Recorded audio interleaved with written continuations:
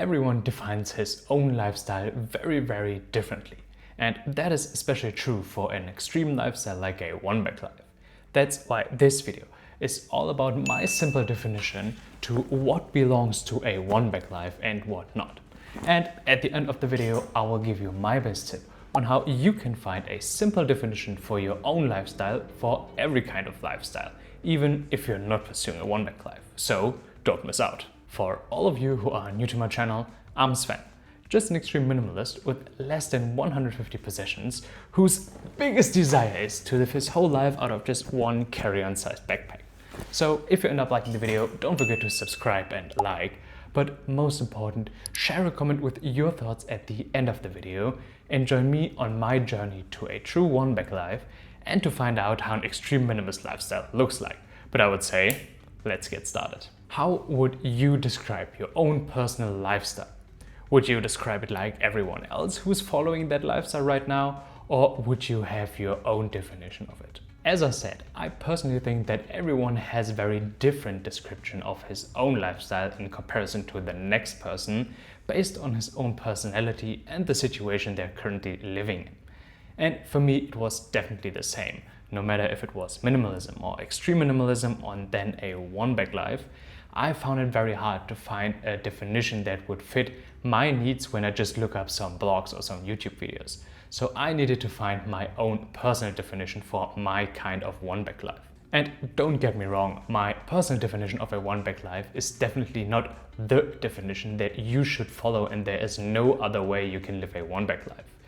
Maybe it's just an inspiration for you, as these videos was an inspiration for me personally, so you can find the things that will help you, and maybe you can find your own definition afterwards.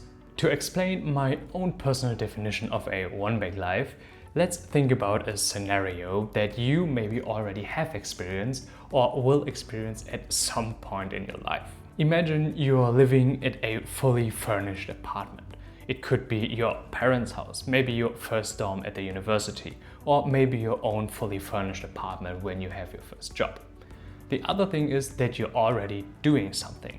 And here it doesn't matter what you're doing, the main thing that you should consider is that you do these things most of the day or most days of the week, like working a 9 to 5, maybe studying in university. So something that will take up a lot of time in your life, but not everything in your life.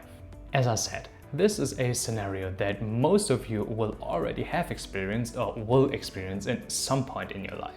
And it's as easy as that to understand my personal definition of a one-bag life. So if you are thinking about that scenario, you already maybe ask yourself questions that you will get some of the things that you possess from other people. So when you think about a fully furnished apartment, it's very easy that maybe you already have a bed, you have a table, you have a chair, I don't know, a lot of things that you will get from your realtor. That means a fully furnished apartment, so there will be some kind of furniture already in your apartment. On the other hand, think about your work situation. Maybe you are employed or maybe you're at the university.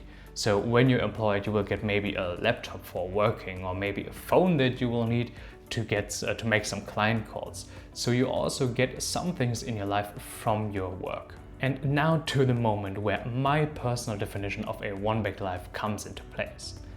Think about this scenario and think about losing everything from one day to another.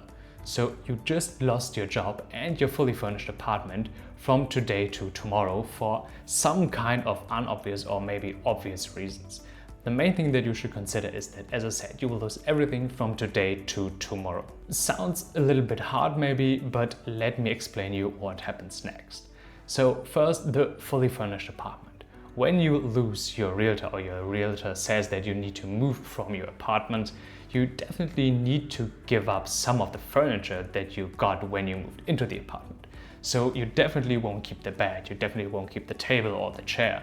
So a lot of the things that you considered maybe your possessions in the first place, even in a fully furnished apartment, will go back to the realtor in the apartment when you move out.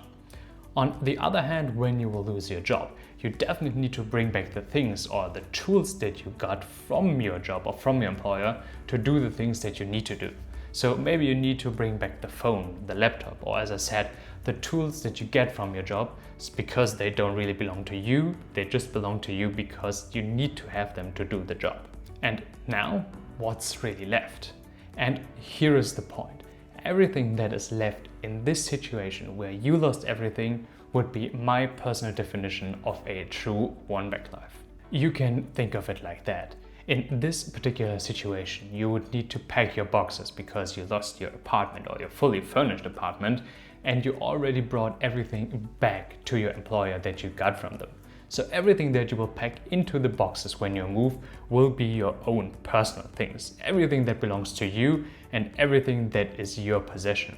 So these will be the things that really count for me personally as part of your one-bag life, or as part of the things that you would need to pack if you want to maybe live your whole life out of just one carry-on sized backpack.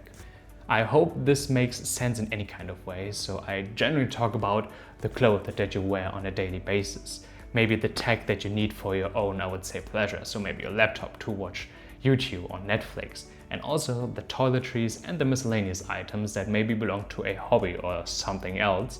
That would be, for me personally, the categories of things that I would consider came into place when we talk about a one-bag life. In addition to that, I personally think that everything you can find in most places, especially when you're traveling, like in hotels where I'm staying right now, there is actually a bed in the background, as you can maybe see.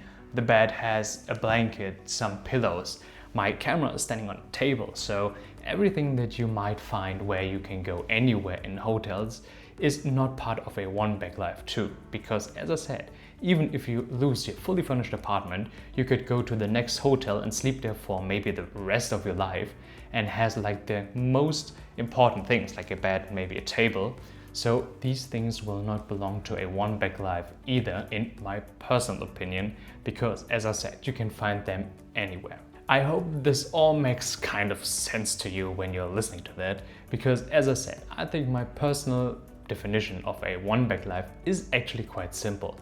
So just think of it like everything you would put into your boxes if you move to a new apartment if you don't have a job at the moment. And also exclude the items that, as I said, you will find generally in hotels or at some Airbnbs and whatever it is that you can rent. So things like a bed or some tables, that is some things you will find everywhere no matter where you go. So these things also don't belong to a one-bag life in my opinion. And generally speaking, I would say this viewpoint or this definition of a one-bag life is not too extreme, so you need to sacrifice almost anything that you have.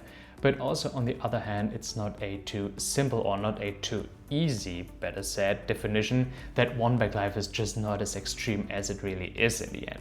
So for me personally, it's the best way to define it and to find, as I said, a very, very good solution between too extreme to sacrifice everything and too easy that is just not even considered an extreme lifestyle anymore. But now that you know how I define a one-bag life for myself, here is my best tip on how you can find a simple definition for your own lifestyle, for every kind of lifestyle, even if you're not pursuing a one-bag life. And to make it as simple as possible, my tip would be that you use the same foundational principles that everyone else is using if they pursue the same kind of lifestyle you want to pursue, but don't be too strict on how you live that lifestyle in the end. What I mean with that is very simple. These foundational aspects of a lifestyle is, in my opinion, what really defines a lifestyle in general.